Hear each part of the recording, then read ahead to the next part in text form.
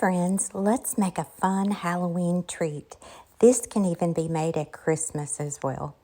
It is so addictive if you like sweet and salty, and it's really inexpensive to make. We're going to start off with one box of Rice Krispies.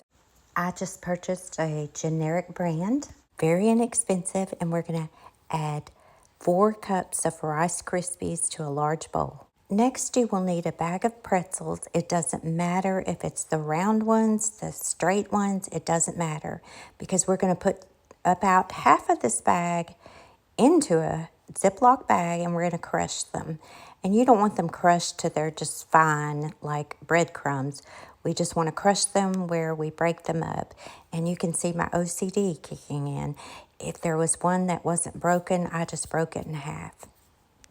And we are going to add 3 cups of these crushed pretzels to the Rice Krispies. Now let's mix this up. And I just used my clean hands to do this. The original recipe for this calls for peanuts as well, but some people have peanut allergies.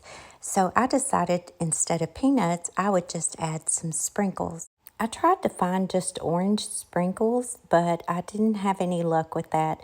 So I just got a bottle of multicolored sprinkles. And I'm just guessing, but I believe I added about 3 tablespoons of those sprinkles. Then you will need a package of almond bark, a 24-ounce package, and we are going to use the entire package. So you'll need a glass bowl, and I just broke mine in half, put it in the glass bowl, and then we're going to put it in the microwave to start with for 1 minute, and then you'll do like 15-minute increments until you get a creamy consistency like this. And then you guessed it, we're just going to pour that right into our mixture. I slowly added this to the mixture and just kept mixing and mixing. And then once you've got it all mixed up, you will need to line a baking sheet with some parchment paper, and then we're just going to drop it right on top of that parchment paper. Now you can make these pretty, cut them into squares, whatever you would like to do. That works too.